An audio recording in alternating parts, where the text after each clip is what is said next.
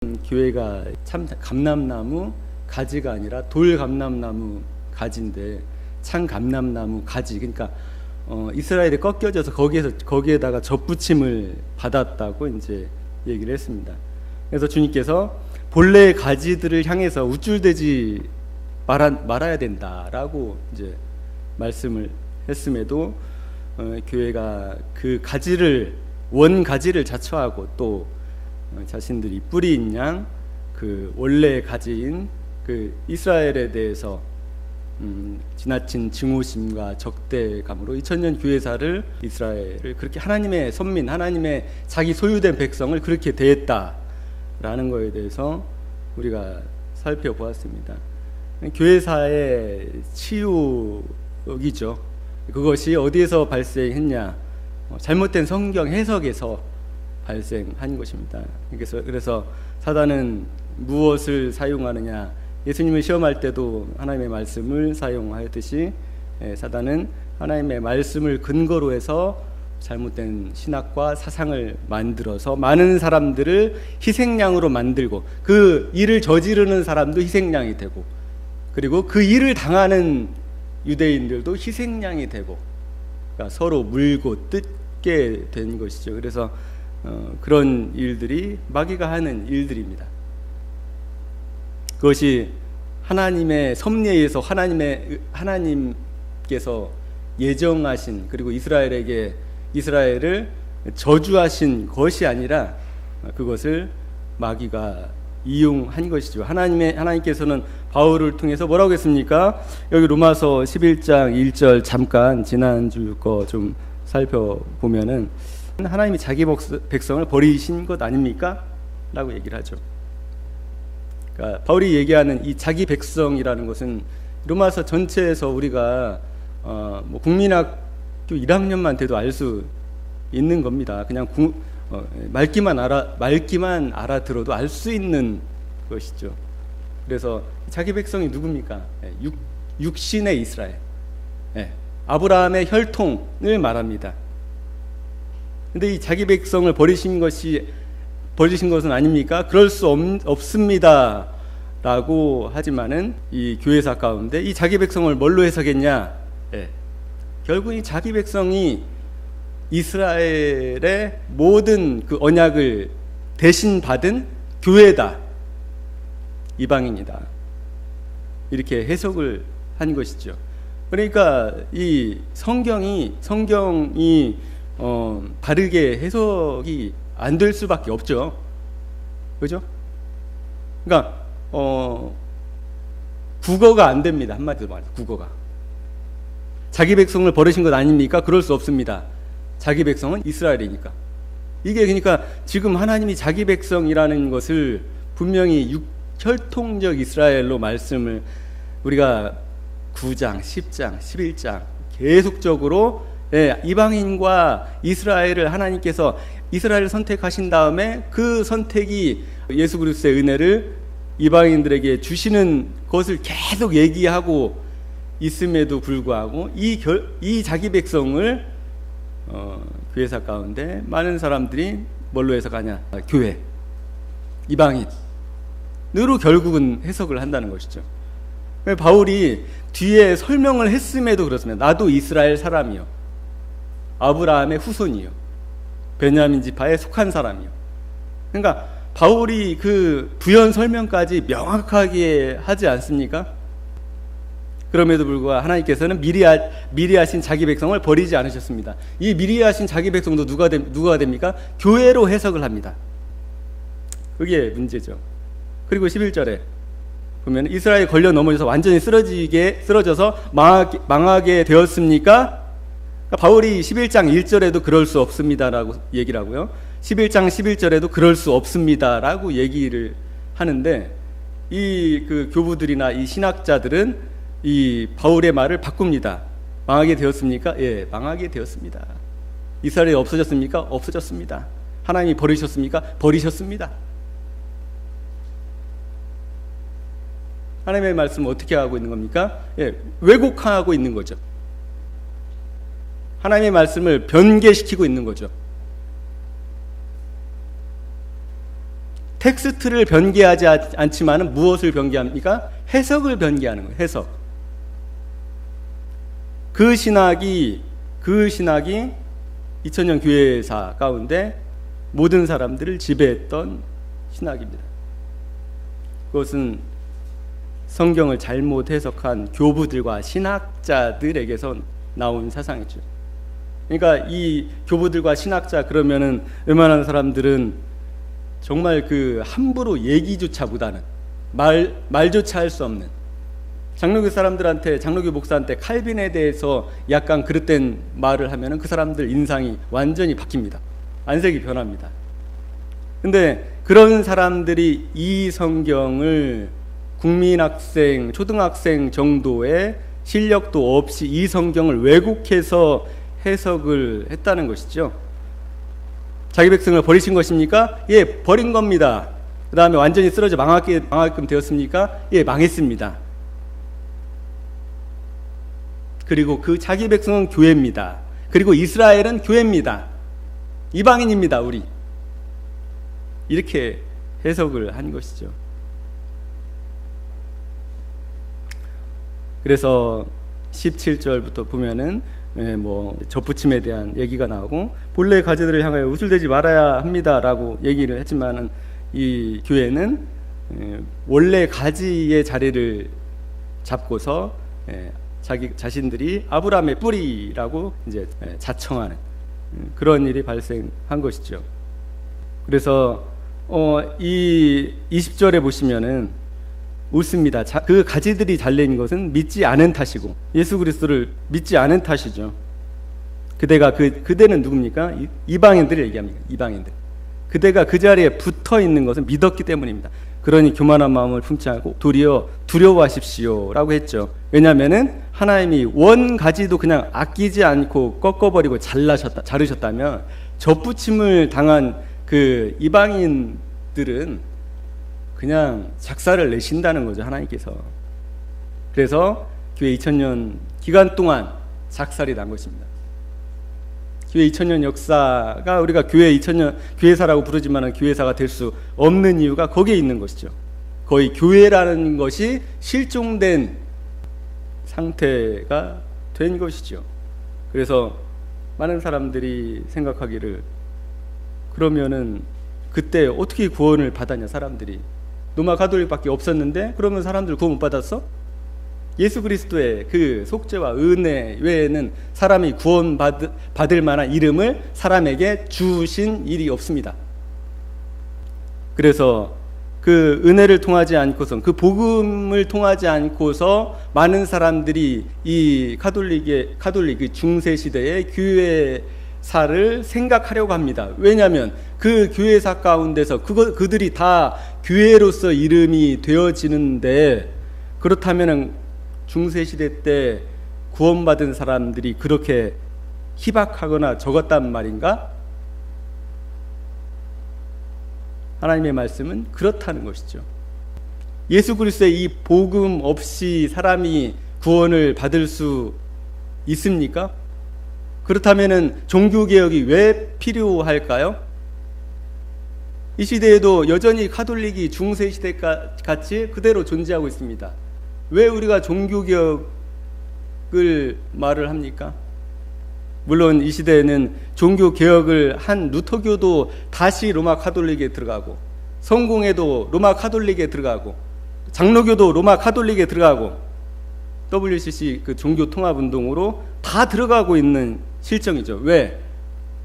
자신들의 엄마라고 하는, 그들이 그 가톨릭에서 나왔다는 이유에서 그렇게 얘기를 하고 있습니다. 복음에 대해서 올바로 온전히, 이 구원, 하나님의 구원 사역에 대해서 올바로 온전히 이해를 하지 못하면은 우리가 교회사를 바라보는 그 교회사의 관점도 왜곡이 됩니다.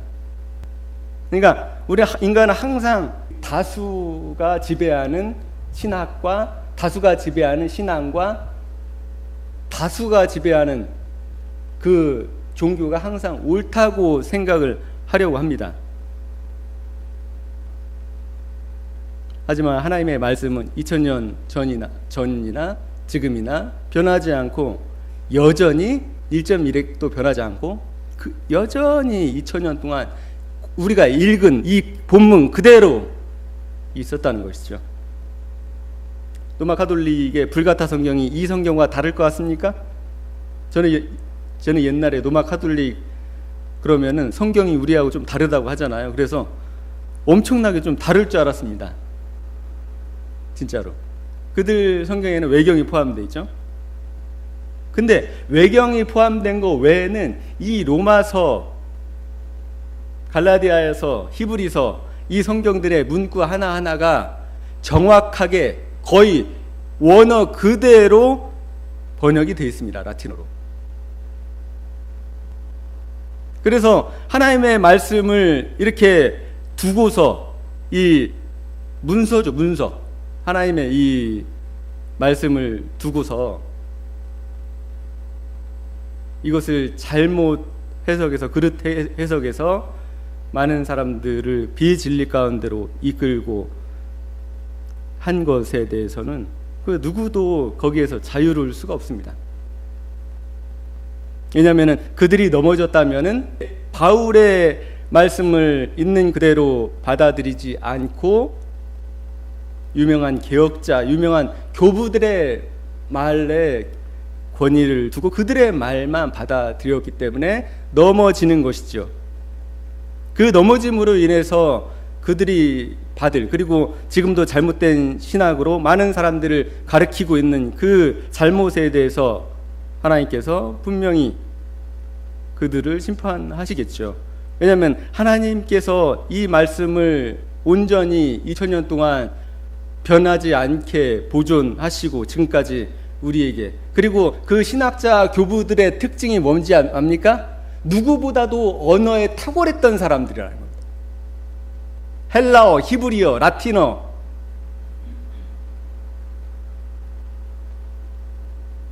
이 교부들이라고 하는 사람들이 이 원어에 아주 탁월했던 사람들입니다. 칼빈 원어에 아주 탁월했던 사람입니다. 모든 원전들을 다 봤던 사람들입니다. 이 사람들이. 근데 무엇을 잘못 해석했습니까? 성경을 왜곡해서 잘못 해석을 한 것이죠. 그래서 일명 개혁주의 신학을 공부했다고 하는 사람들, 그 다음에 언약 신학을 배웠다고 하는 사람들, 이 칼빈의 후예라고 자청하는 사람들의 이 로마서 9장, 10장, 11장을 해석하는 것을 보면은 가관입니다. 이게 9장, 10장, 11절이 존재할 의미가 없는 것이죠. 왜냐하면 여기에 나오는 자기 백성 이스라엘이 전부 다 교회로 바꿔서 해석을 합니다. 그러니 이 로마서, 가장 쉬운 성경이 로마서라고 합니다. 그래서 예수 믿은 초신자들한테 가장 먼저 읽게 하는 성경이 뭡니까? 요한복음과 로마서입니다. 요한복음과 로마서. 가장 쉬운 성경이에요. 가장 쉬운 성경. 근데 이 최고의 신학자라고 하는 사람들이 9장, 10장, 11장을 이 해석이 안 됩니다. 하나님의 말씀을 오류에 빠뜨립니다. 그것은 그들의 아버지, 그러니까 교부라는 것이 부자가 아버지잖아요. 네, 파더. 그래서 주님께서 말씀하시지 않습니까? 땅에 있는 자를 아비라 부르지 마라. 그거를 실제 아버지를 아버지라 부르지 말라는 얘기입니까? 아니죠. 땅에 있는 어떤 사람도 우리의 영적인 그리고 종교적인 아버지가 될 수 없다는 것이죠.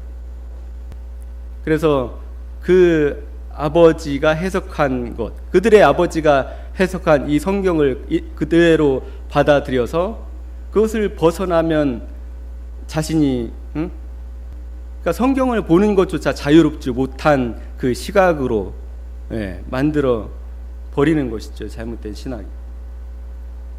그래서 지금은 이방인들이 여러분이 받은 그 자비를 보고 회개하여 마침내 자비하심을 입게 될 것입니다. 이스라엘 민족들이 지금 순종치 않고 있지만은 이 이방인들이 복음을 믿고 선택되고 그 다음에 원래 하나님을 누구만 섬겼습니까? 이스라엘만 섬겼잖아요. 근데 이제 하나님이라는 분을 이방인들이 부르고 섬기고, 예, 그리고 그 은혜를 받은 것을 혈통적 이스라엘이 그것을 보고 이제 마침내는 자비하심을 입게 될 거다라고 얘기를 하고 있습니다. 바울이 31절에 보면은 마침내는 자비를 입게 될 것입니다라고 되어 있지 않습니까? 이때가 언제입니까? 마침내는, 바울이 얘기하는 마침내는 자비를 입게 된다고 그러잖아요. 이때가 언제일까요? 이 개혁주의, 이 칼빈주의를 주장하는 사람들은 이 말을도 교회입니다. 마침내는 교회가 자비를 얻게 된다, 이 얘기가 되는 것이죠. 그러니까 성경이 지금 모순의 모순을 거듭하게 되는 겁니다. 마침내는 누가 자비를 입게 된다고요? 실제 이스라엘이에요. 실제. 그러니까 이스라엘을 이스라엘로 해석을 못하고 전부 다 교회로 해석하니까 이 9장, 10장, 11장이 성경이 어떻게 됩니까? 네, 해석 자체가 의미가 없는 거죠. 있으나 마나한 성경입니다. 9장, 10장, 11장. 오히려 그들에게 뭐가 돼요? 해가 되는 성경입니다. 해가 되는 성경. 마침내는 자비를 입게 될 것입니다. 언제요? 그러니까 만약에 이것을 이스라엘로 우리가 본다면, 이스라엘로 문자 그대로 본다면, 해석한다면 이스라엘이 어떻게 된다는 거예요? 마침내는 하나님의 은혜, 자비를 입게 될 거라는 것이죠. 그게 언제입니까? 그러니까 여기에서 언약신학과 개혁주의와 이 세대주의 간에 엄청난 간극이 있는 것입니다. 그렇다고 제가 세대주의를 옹호하는 것이 아닙니다. 세대주의의 잘못된 이 독소들이 상당히 많습니다. 다음 장 보면 더 확실해집니다. 오늘 읽은 로마서 11장 25절 또 바울이 얘기합니다. 형제 여러분, 나는 여러분이 이 신비한 비밀을 알기를 바랍니다. 바울이 자기가 받은 계시를 풀어줍니다. 여기서 계시를 말합니다. 이 신비한 비밀, 원래 이거 뭡니까? 예, 바울만 알고 있었던 것인데 누구한테 알려주는 거예요? 예, 우리한테 이 비밀을 알기를 바랍니다. 예, 바란답니다. 여러분이 알기를 바란답니다. 바울이. 그것은 여러분이 현명하다고 생각하는 일이 없게 하려는 것입니다. 바울이 미래를 내다봤는지 이것을 잘못 이해하고 해석해서 스스로 현명하다고 생각하는 수많은 사람들이 일어나서 이것을 왜곡할 것이라고 경고했음에도 불구하고 이 현명한 사람들에 의해서 이 신비한 비밀은 비밀이 되지 않았습니다. 그 비밀은 이러합니다.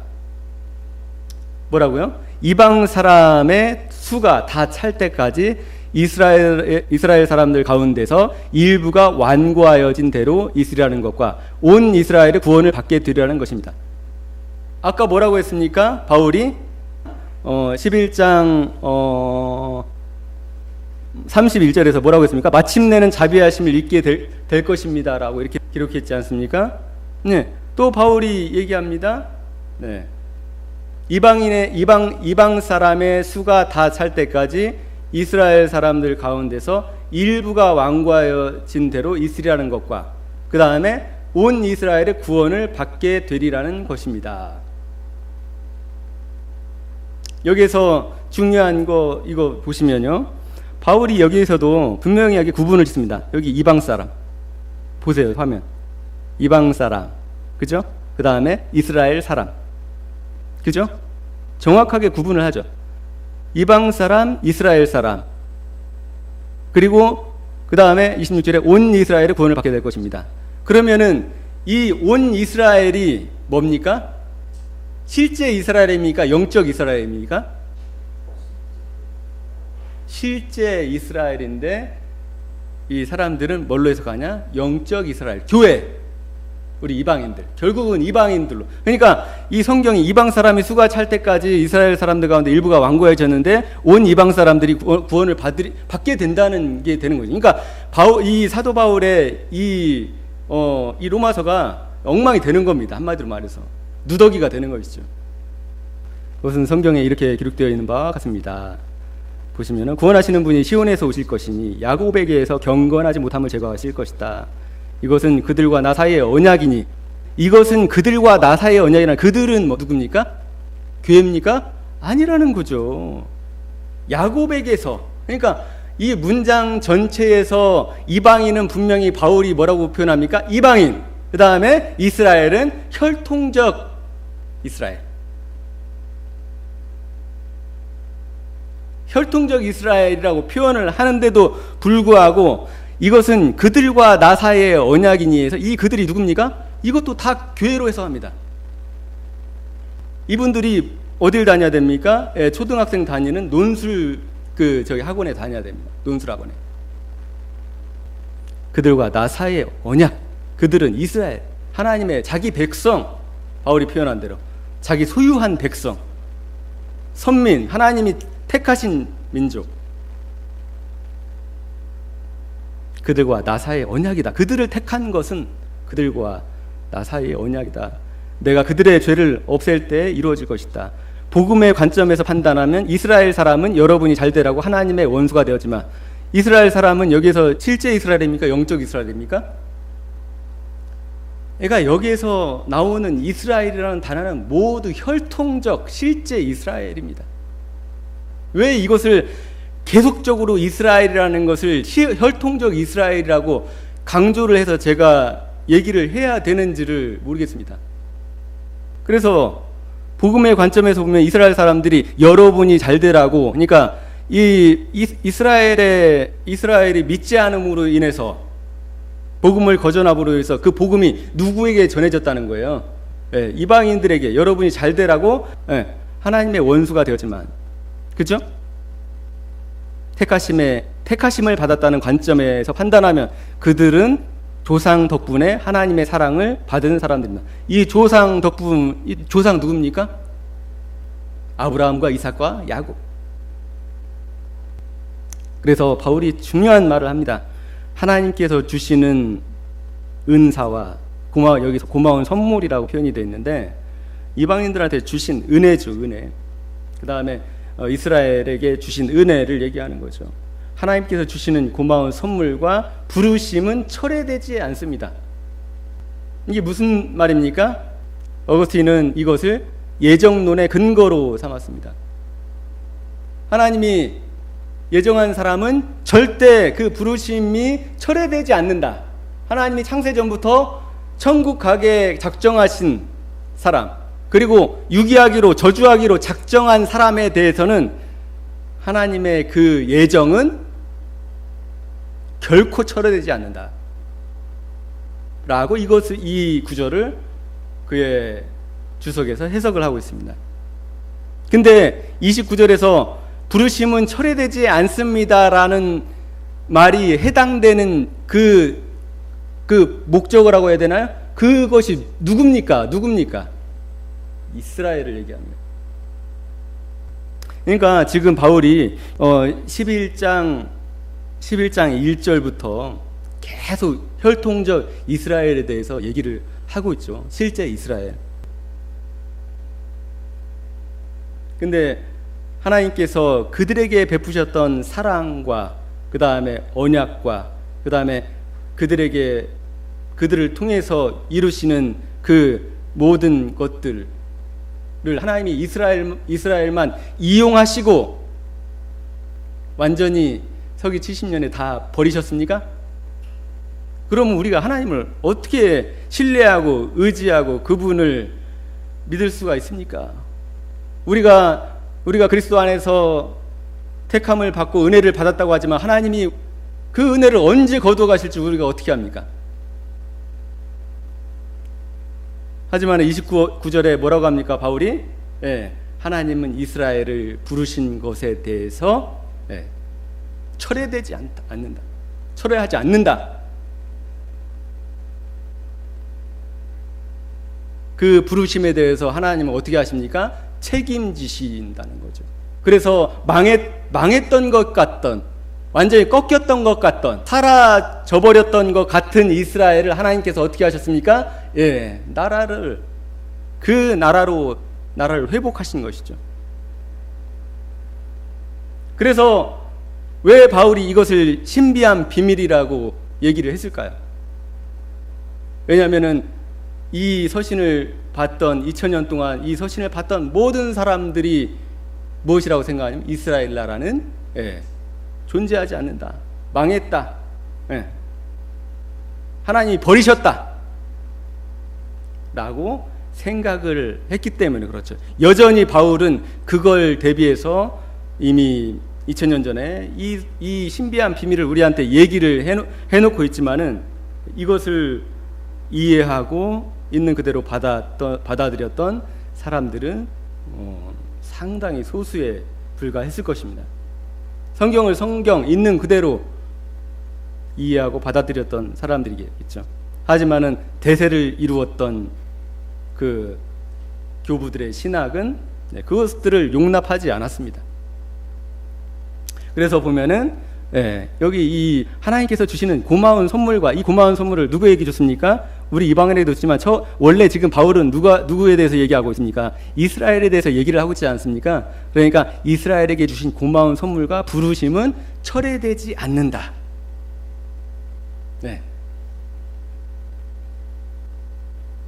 하나님은 이스라엘 혈통만 이용하시고 이스라엘을 버리시는 분이 아니시라고요. 그리고 교회 시대 가운데서도 이스라엘 민족들이 가장 처음으로 구원을 받았던 민족이 어떤 민족입니까? 유대인입니다. 예루살렘 교회 3,000명, 5,000명 많은 유대인들이 구원을 받았습니다. 그리고 지금 이 말세에 들어서 1960년, 70년부터 어떤 사상이 생겨나기 시작하냐면은 유대인들 중에서 예수 그리스도를 믿기 시작한 그룹이 생겨나기 시작했죠. 그것들을 우리가 메시아닉 주, 그러니까 예수님을 믿는 유대인들이라고 얘기를 합니다. 지금 이 시대에도 예수님을 믿는 유대인들이 많이 있습니다. 그것과 별개로 하나님께서 민족적으로 이스라엘을 회복시키신다는 약속을 로마서 11장은 지속적으로 하고 있다는 것이죠. 그래서 우리가 이런 그 이스라엘에 대한 성경을 정확하게 이해하고 보지 못하면 다른 성경도 정확하게 이해하고 보지 못합니다. 성경 전체가 이스라엘과 교회에 대한 이야기가 엄청나게 많은데 이런 것들에 대해서 해석이 안 되게 되는 거죠. 여기 보세요. 바울이 얘기한 이 말 있지 않습니까? 그 비밀은 이러한다. 이방 사람의 수가 다 찰 때까지 이스라엘 사람들 가운데서 일부가 완화되고 온 이스라엘의 구원을 받게 되리라는 것입니다. 이 비밀 있지 않습니까? 이 비밀에 대한 말이 구절이 어디에서도 나오냐? 누가복음 21장 24절에서도 동일하게 나오는 거죠. 그들은 칼날에 쓰러지고 서기 70년의 사건을 얘기하는 겁니다. 서기 70년에 이스라엘 민족이 완전히 멸망하는 그것을 얘기하는 것입니다. 주님께서 오실 때까지 무슨 일이 있겠습니까? 라고 제자들이 물어본 것에 대한 이 답변을 할 때 이 예수님께서 이 말씀을 하시는 것이죠. 그들은 칼날에 쓰러지고 뭇 이방 나라에 포로로 잡혀갈 것이요. 누구를 얘기하는 겁니까? 이스라엘을 얘기하는 겁니다. 이스라엘. 그 다음에 예루살렘은 이방 사람들의 때가 차기까지 이방 사람들에게 짓밟힐 것이다. 이것을 뒤집어서 얘기하면 뭐가 되는 겁니까? 이방인의 때가 다 찬 다음에는 어떻게 된다는 거예요? 예루살렘이 계속 짓밟히는 겁니까? 지금 바울이 얘기하고 있지 않습니까? 여기 보세요. 로마서 11장에 보면은 이 비밀을 얘기하면서 이방 사람의 수가 찰 때까지. 그 다음에 누가복음 21장에 뭐라고 합니까? 이방 사람들의 때가 차기까지. 이방 사람들에게 짓밟힐 것이다. 예루살렘이. 그러면 예루살렘이 어떻게 된다는 거예요? 회복될 거라는 것을 이미 누가복음에서도 얘기가 되어 있고요. 그 다음에 로마서에서 바울이 계속 그들이 구원을 받을 것이다. 그들을 하나님이 회복하실 것이다. 그리고 계시록의 해석에도 큰 문제가 생기죠. 계시록에서 7장 4절부터 나오는 14만 4천. 이게 누굽니까? 이 개혁주의 신학을 하는 사람들은 전부 다 이게 뭐예요? 14만 4천이 교회입니다. 교회.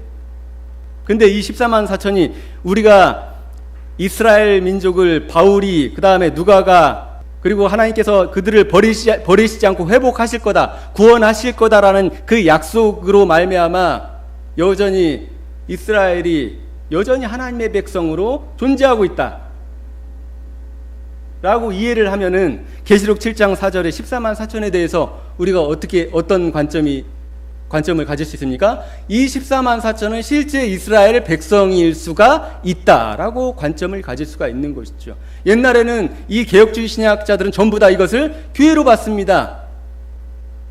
근데 교회 내에 이 하나님이 이상한 표현을 하죠. 보세요. 이 계시록 7장 5절 보면은 인을 맞은 사람, 여기 뭐 도장 찍힌 사람이라고 개혁 성경은 인을 맞은 사람이거나 유다 지파에서 1만 2천 명, 루벤 지파에서 1만 2천 명, 갓 지파, 아셀 지파, 납달리 지파, 므낫세 지파, 시므온 지파, 레위 지파, 이사갈 지파, 스불론 지파, 요셉 지파, 베냐민 지파에서 1만 2천 명씩이라고. 이렇게 왜 12지파를 다 나열하면서 이들이 인을 맞는다, 그 이마에 인을 맞는다라고 얘기를 합니까? 그리고 여기에 이스라엘 자손의 각 지파에서 나온 사람들이었다라는 이 성경 구절을 어떻게 해석해야 됩니까? 실제 이스라엘로 해석해야 됩니까? 교회로 해석해야 됩니까? 그러니까 이런 관점들이 이스라엘을 바라보는 이 관점, 그 성경 해석에 막대한 큰 영향을 준다는 것이죠. 그리고 만약에 이 모든 성경 구절들을 교회로 바라본다면은 누가복음 21장 24절이 이 사람들을 해석할 수 있을까요? 없을까요? 해석이 안 됩니다. 예루살렘이 이방 사람들의 때가 차기까지 이방 사람들에게 밟힐 거야? 계속 밟히는 거 아니었어? 나라가 없어졌는데? 그 다음에 바울이 얘기하는 온 이스라엘의 구원을 받게 되리라는 것입니다. 비밀입니다. 받을 것입니다. 받게 될 것입니다. 언제 받아요? 언제 받게 됩니까? 다 망했는데? 그러니까 성경 해석이 어떻게 됩니까? 안 되죠. 안 되죠. 이스라엘을 이스라엘로 보지 않는 신학 그 관점으로는 이 성경 자체가 해석이 안 됩니다. 예루살렘이 이방 사람의 때까지 이방 사람에게 밟히리라. 지금 와서는 1948년에 이스라엘이 독립을 했으니까 많은 목사님들이 이거는 이스라엘이 다시 회복되는 그런 말씀인가 보다라고 이제 생각을 하는 목사님들이 많이 있지만은, 하지만은 여전히 개혁주의를 주장하는 사람들은 이 14만 4천, 바울이 말한 이스라엘, 그 다음에 예루살렘, 이 모든 것에 대해서 해석 불가입니다. 다 교회예요. 이 사람들이 누구를 어리석은 사람으로 만들고 있냐? 바울을 아주 어리석은 사람으로 만들고 있는 것이죠. 어거스틴도 마찬가지입니다. 암브로시스, 그 다음에 크리스토스톰, 칼빈도 마찬가지고. 이렇게 바울이 이렇게 얘기한 것은 이스라엘 사람들한테 적대감을 주지 않기 위해서다. 왜냐하면 이스라엘 민족들을 구원해야 되니까, 복음을 전해야 되니까, 그것으로부터 핍박을 덜 받기 위해서 바울이 이렇게 립서비스를 한 것이다. 내가 그리스도에게서 저주를 받아 끊어질지라도 내가 원하는 바다, 이것이 본심이 아니라 립서비스다라고 성경을 해석을 합니다. 그러면은 바울은 어떤 사람입니까? 위선적인 사람이 되는 것이죠. 그래서 로마서 11장 29절은 뭐라고 합니까? 하나님의 부르심. 여기 보세요. 여기 보십시오. 여기 보면은 택하심을 받았다는 관점. 이 누구를 택하심을 받았다는 관점입니까? 이스라엘을 택하셨잖아요. 그리고 이 부르심이라고 표현됐지만은 달리 해석을 했다면은 택하심이라고 표현을 우리 개혁성경에는 뭘로 되죠? 하나님의 부르심이라고 표현되나요? 동일하게? 누구를 부르셨습니까? 이스라엘을 부르셨죠. 이스라엘을. 그것은 뭐가 되지 않는다고요? 철회되지 않는다. 개혁성경이 어떻게 되어 있죠? 후회하심이 없느니라. 그 문구를 이 세번역 성경에서는 더 원어에 가깝게 명확하게 해석을 했죠. 철회되지 않는다. 철회되지 않는다. 그 하나님께서 이스라엘을 부르신 것은 철회되지 않습니다. 언제까지요? 영원토록. 주님 오실 그 날까지 철회되지 않는다. 왜 그렇습니까? 하나님이 그렇게 말씀하셨기 때문에 그런 거죠. 성경이 그렇게 얘기를 하고 있기 때문에 그렇죠. 그래서 바울이 뭐라고 얘기했습니까? 아니, 베드로가 뭐라고 했습니까? 너희가 바울의 서신 중에 알 수 없는 계시들을 풀을 때 그것을 억지로 해석하지 마라. 억지로 해석하다가 그것에 넘어지는 사람들이 너무 많다. 그 계시가 어떤 계시입니까? 예, 이 계시도 해당이 됩니다. 이 신비한 비밀. 바울이 우리에게 지금 알려주지 않습니까? 내가 신비한 비밀을 너희한테 얘기해 주겠다. 그 비밀은 이렇다. 이방 사람들 수가 찰 때까지 이방 사람들 가운데서 완고해지고 온 이스라엘이 구원을 받게 돼. 그것이 뭡니까? 신비한 비밀입니다. 성경적 관점으로 이것을 그대로 있는 그대로 받아들였던 사람이라면은 이스라엘에게 하나님께서 어떤 계획을 가지고 계신가?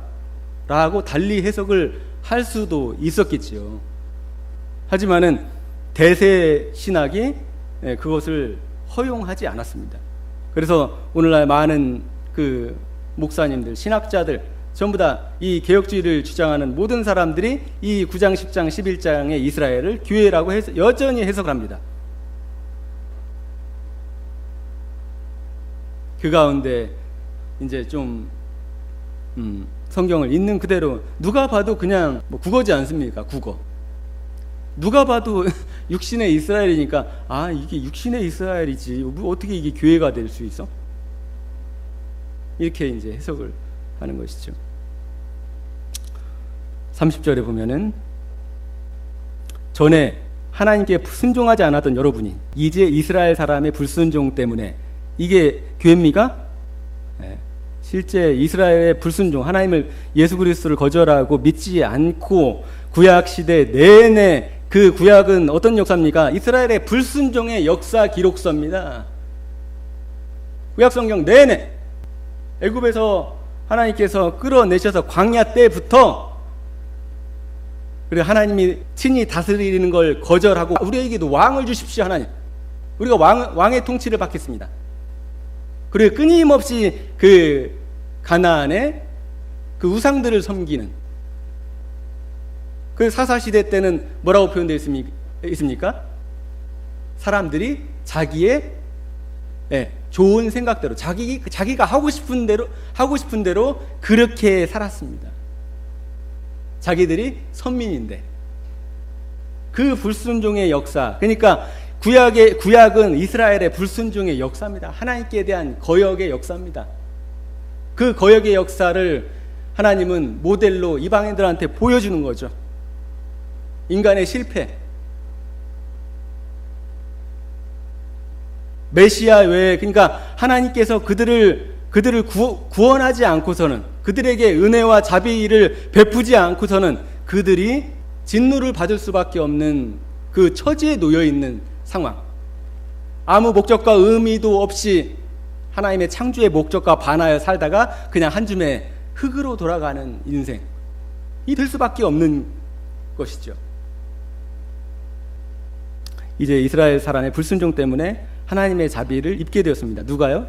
이방인 당신들이.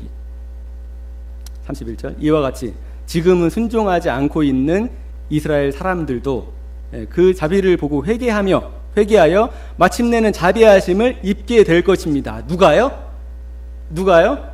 이스라엘 사람. 여기 보세요. 제가 이것을 노란 걸로 표시했지 않습니까? 이방 사람, 이스라엘 사람, 온 이스라엘, 그 다음에 이스라엘 사람, 그 다음에 또 이스라엘 사람, 순종하지 않던 여러분, 여러분이 받은 그 자비를 보고, 여러분이 누굽니까? 이방인들. 마침내는 누가 자비하심을 입게 될 것이라고요? 바울이 지금 그 로마서 11장 1절부터 뭘 얘기하고 있습니까? 그들이 망했습니까? 그들을 하나님 버리셨습니까? 그럴 수 없습니다. 그들이 온 이스라엘 구원을 받을 것입니다. 계속 11장 내내 뭐를 얘기하고 있습니까? 이스라엘의 회복.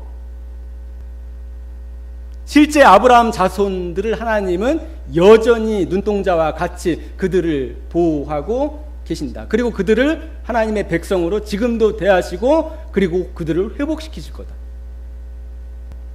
그래서 30절 보면은 하나님께서 모든 사람을 순종하지 않은 상태에 가두두신 것은 그들에게 자비를 베푸시려는 것입니다. 이방인들이 불순종에 있었죠. 그죠? 그 다음에 이스라엘 민족도 더욱더 하나님을 거역하고 불순종 안에 있었죠. 하나님이 일부러 이스라엘 민족한테 불순종하게 창세전부터 예정하신 겁니까? 창세전부터 하나님께서 이스라엘 민족은 버리실 것을 예정돼서 이방인한테 구원이 온 것입니까? 하나님의 속성을 이해하지 않고 이 성경을 보면 안 된다. 그래서 어떻게 될 거라고 얘기를 합니까? 또 바울이 마침내는 자비하심을 잊게 될 것입니다. 그러니까 바울이 11장 내내 강조하고 있는 건 뭡니까? 이스라엘. 하나님은 신실하시다. 그래서 바울이 11장의 전체 내용에서 이스라엘이 회복될 것이다. 그래서 이 언약 신학을 개혁주의를 주장하는 사람들이 어떤 것을 이단시하냐면, 어떤 것을 잘못됐다고 하냐면 백투더 예루살렘 운동을 상당히 잘못됐다고 얘기를 합니다. 이 백투더 예루살렘이 회복할 것이다 라는 이 신학이 물론 이 종말론과 맞물려서 극단적인 그 이단들이 그러한 것들을 신봉하고 또 주장하는 것도 일부 맞습니다. 하지만 이스라엘이 회복될 것이다, 회복할 것이다 라는 원조는 누굽니까? 예, 하나님이십니다. 바울입니다. 누가입니다? 요한입니다. 이방 사람의 수가 다 찰 때까지 이스라엘 덜어는 완악하게 되고 그 후에는 구원을 받게 된다지 않습니까? 예루살렘이 이방인의 때가 다 찰 때까지 짓밟힌다고 하지 않습니까? 요한이 계시록에서 14만 4천 그 이스라엘 각 지파대로 1만 2천 명, 물론 그 숫자를 우리가 고지고대로 그거를 1만 2천 명으로 그거는 알 수가 없습니다. 하지만은 이스라엘 민족이라는 것, 이스라엘 족속 중에 서라는 것이 중요하죠. 그것을 그래서 이 언약주의, 개혁주의를 이 신학을 하는 사람들, 개혁주의로 성경을 보는 사람들은 우리 같은 사람들 근본주의자라고 조롱합니다. 문자주의자다 저들은.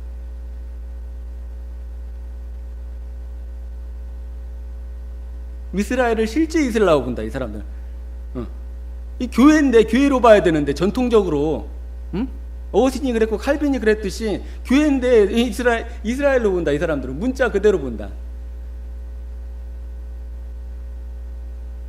그래서 이 사람들이 놀리듯이 문자적 근본주의자들, 문자대로 본다. 성경은 문자 그대로 해석해야 될 부분이 있고, 그리고 비유와 영적으로 해석해야 될 부분이 있지요. 근데 문자 그대로 해석해야 될 부분을 영적으로 해석한다. 그것은 문자대로 해석하는 사람이 잘못하는 것이 아니라 그것을 영적으로 해석하는 사람이 잘못 해석을 하는 것이죠. 바보죠. 왜냐? 바울이 너무나 명확하게 한두 번도 아니라 너무나 친절하게 알려주고 있다는 것이죠. 그래서 바울이 이렇게 얘기를 합니다. 하나님의 부유하심은 그리 어찌 크십니까? 왜 부유합니까? 그 이스라엘 민족을 택하시고 그 다음에 또 이방인들에게도 그 은혜를 베푸셔서 육적인 이스라엘만 이스라엘이 아니라 영적인 이스라엘이 참 이스라엘이 되게, 그리고 실제 육신의 이스라엘도 참 이스라엘로 회개할 수 있도록 하신다는 것이죠. 그래서 바울이 이런 얘기를 합니다. 하나님의 부유하심은 어찌 그리 크십니까? 하나님의 지혜와 지식은 어찌 그리 깊고 깊으십니까? 그 누가 하나님의 판단을 헤아려 알 수 있으며 어느 누가 하나님의 길을 더듬어 찾아낼 수 있습니까? 누가 주님의 마음을 알았으며 누가 주님의 조언자가 되었습니까? 누가 먼저 무엇을 드렸기에 주님을 담내를 바라겠습니까? 뭐라는 거예요? 하나님의 지혜와 하나님의 부유하심과 자비하심과 은혜로우심, 이런 것들은 인간이 측량할 수 없다는 거죠. 헤아릴 수 없다는 것이죠. 무슨 전제가 조건이 되어야 됩니까? 하나님은 자비와 긍휼 베푸시기를 좋아하시고 하나님은 선 그 자체시다. 의 그 자체시다. 선과 의로우신 분, 선하심과 사랑의, 하나님은 뭐라고 했습니까? 성경에 하나님은 사랑이시니라. 하나님은 사랑 그 자체, 사랑을 누가 만들었습니까? 병아리를 품고서, 알을 품고서 병아리가 나오게 하고 그 병아리들을 품게 누가 만들었습니까? 하나님이 이 작은 그 영혼도 없는 그 작은 짐승들에게도 뭐를 주셨어요? 모성애요. 자식에 대한 사랑, 자기 자식을 지키려는 이 본능과 본성들을 다 주셨습니다. 그것이 무엇을 표현하냐? 하나님의 사랑을 표현합니다. 하나님에 대한 완전히 왜곡된 생각들, 잘못된 생각들, 이것들이 성경을 파괴시킵니다. 하나님에 대한 이 우리의 관점과 하나님에 대한 이 우리의 태도를 완전히 파괴시킵니다. 잘못된 신학입니다. 그 하나님의 지혜, 그리고 우리에게 주시는 그 은혜, 그 은혜들은 헤아릴 수 없다. 바울이 이렇게 얘기를 하면서 마무리를 하는 겁니다.